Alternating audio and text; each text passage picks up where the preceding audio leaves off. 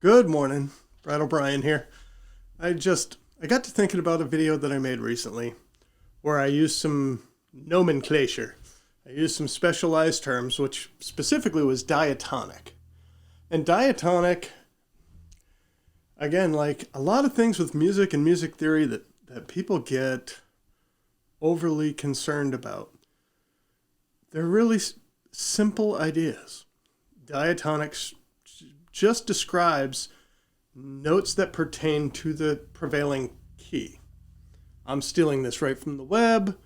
Involving only notes proper to the prevailing key without chromatic alteration. I expect if you're starting to play bass or have been playing bass for a while, you might be familiar with a key being based on something like a scale. So here I'm using G major. I like G major.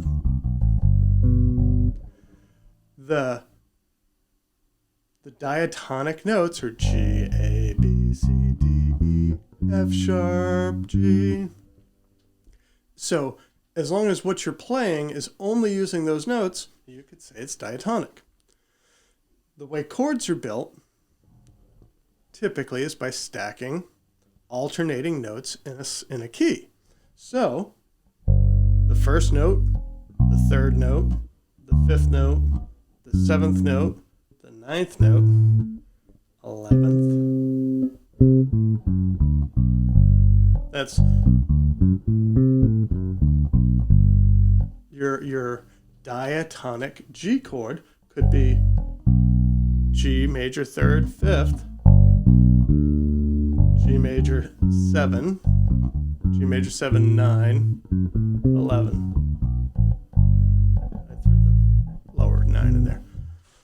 So when I talked earlier about playing diatonic arpeggio exercises, I'm just talking about playing all the chords in the key of G using the notes that are naturally found in that key.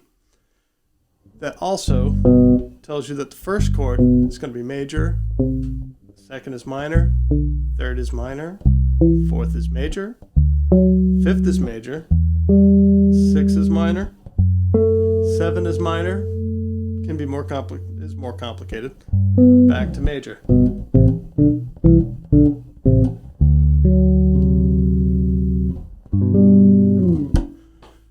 It's almost like Blackbird wrote itself because it was diatonic. One of the tricks in that song is when it changes from the diatonic.